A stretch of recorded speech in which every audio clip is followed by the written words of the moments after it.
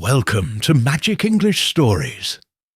Today, we bring you a powerful and heartwarming story that will inspire you to never give up on your dreams. It's a tale of growth, perseverance, and purpose. One that reminds us all that even the smallest steps can lead to the brightest futures. So sit back, relax, and enjoy this motivational story. The Lantern in the Wind Inn, the small village of Elmsworth, nestled between silver lakes and ancient woods, lived a boy named Elias. From the moment he could walk, Elias felt an itch in his solar restlessness that no game or chore could calm. Unlike the other children who found joy in racing through fields or swimming in the glimmering stream, Elias longed for something more, something he couldn't name. His father, a blacksmith, and his mother, a weaver, were proud, hard-working folk who believed in the power of routine. Every day, before the sun rose, his father's hammer echoed through the village square.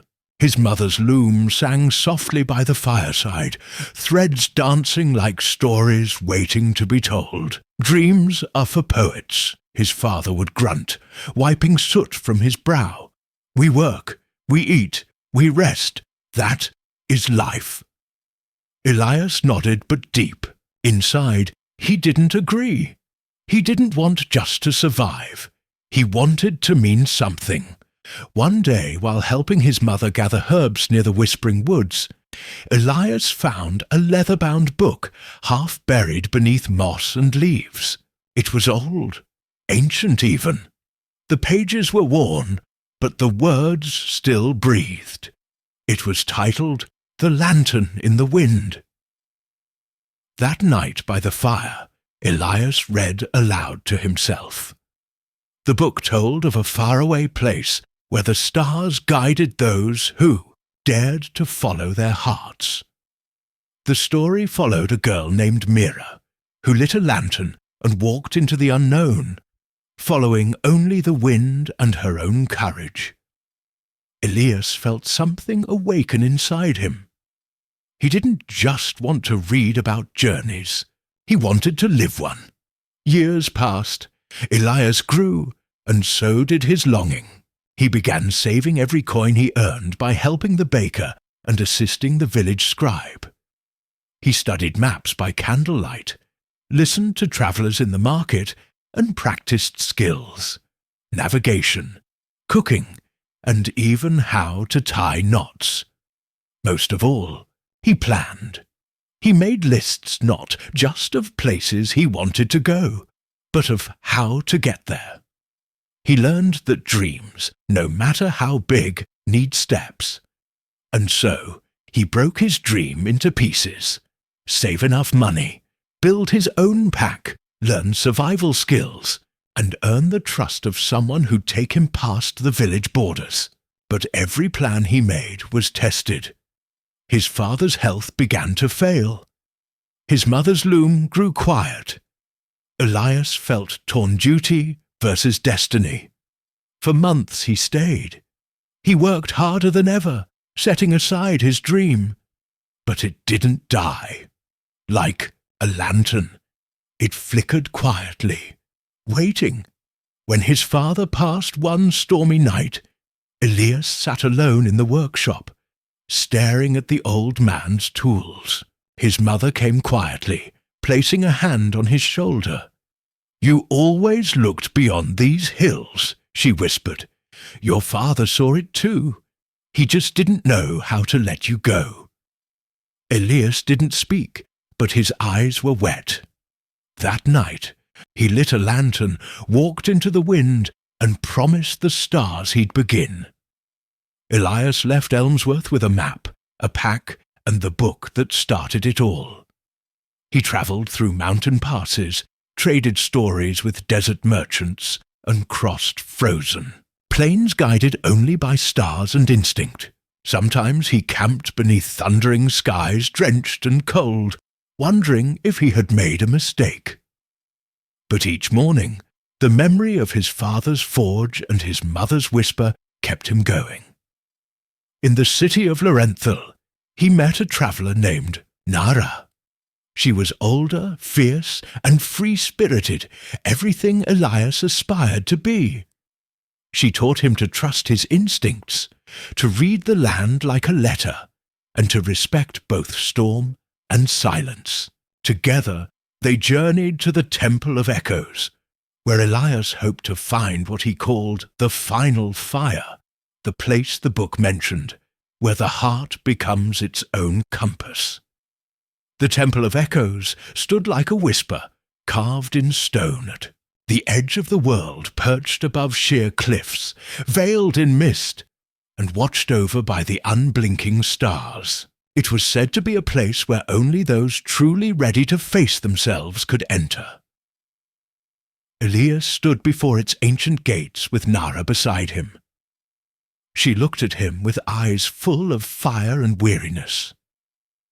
"This is your door," she said softly. "I won't walk through it. What's inside, what you find, it belongs to you alone." Elias stepped forward. The gates opened with a sigh, as if they had been waiting just for him. Inside, the temple was silent, not empty alive, with a silence so deep it echoed every breath he took. The walls were carved with stories of wanderers, dreamers, and seekers like him. But it was the centre of the temple that held what he had come for, a single flame floating above a pool of perfectly still water, the final fire. As he stepped closer, voices rose around him, not from any mouth, but from within his own mind. "You left your mother alone," one whispered. "You're chasing a shadow," said another. "You're not special, just another dreamer who will fade." Elias dropped to his knees, clutching his chest. Every fear, every doubt, every harsh word he'd ever heard played on repeat. It felt like drowning. But then he remembered the lists he'd written as a boy, the nights he stayed awake practicing, his mother's whisper, the laughter he shared with Nara by firelight, the kindness of strangers, the pain, yes, but the progress too. And then he realized those voices weren't truth. They were tests. He stood. "I am not perfect," he said aloud, "but I am real. I choose this path. I walk it not to escape who I am, but to become all I can be." The voices faded. The flame rose higher, and with it a light filled the chamber. Elias reached toward it, and when his fingers touched the glow, it did not burn. It entered him. When Elias stepped out of the temple, dawn was breaking. Nara waited nearby, sharpening her blade. "You're different," she said, not looking up. "I know," Elias answered. They parted ways shortly after. Nara returned to her wandering, and Elias began a new journey, not forward, but home. He travelled back to Elmsworth after nearly 3 years away. Much had changed. Children he knew were now grown. The village square was quieter, his old house covered in vines. His mother, still alive, still weaving, greeted him without surprise, as if she knew this moment would come. "You followed the wind," she said simply, embracing him. "Now, what will you do with the flame?" Elias didn't answer right away. Instead, he returned to the blacksmith's workshop. It was dusty, silent but still standing. He began to work again, not as his father did, but with a new purpose. He forged tools not just for the village, but for travellers. He repaired maps, gave shelter to the lost, taught children how to read the stars. And when the first snows fell, he lit a lantern outside his door every night for those who wandered, just as he once did. Years passed. Elias was no longer a boy. His hair grew long, flecked with grey. His hands bore calluses not just from forging, but from planting and building. Elmsworth changed to it, became a village known far and wide not just for its beauty, but for a small stone building near the square, the House of Fire and Wind. Inside, young people gathered. They came from faraway lands, guided by stories of a lantern that never went out. Elias didn't just teach skills, he taught purpose. Wanting something isn't enough, he told them. You must be willing to earn it, step by step. He showed them how to write their goals down, break them into daily efforts, and reflect weekly. He taught them to listen, not just to mentors or books, but to themselves, to know when to push and when to pause. He also taught failure. Fail with your eyes open, he said. Then get up, not because the world tells you to, but because your heart does. Some students left. Not all were ready, but many stayed and grew, and one day lit lanterns of their own, walking into their own winds. On his last night, Elias sat beside the same fire where he had once read the lantern in the wind. Now the book rested beside him, worn beyond recognition. The lantern outside his door still glowed, even as his eyes grew tired. He didn't fear the end. He had lived not by chance, but by choice. When he finally closed his eyes, the wind rose quietly. It carried the light of the lantern across hills and rivers, and somewhere, far away, a child looked out a window, saw it flicker, and wondered what lay beyond the mountains. The journey was beginning again. Morale of the story: The Lantern in the Wind teaches that dreams alone are not enough. They require planning, dedication, and discipline.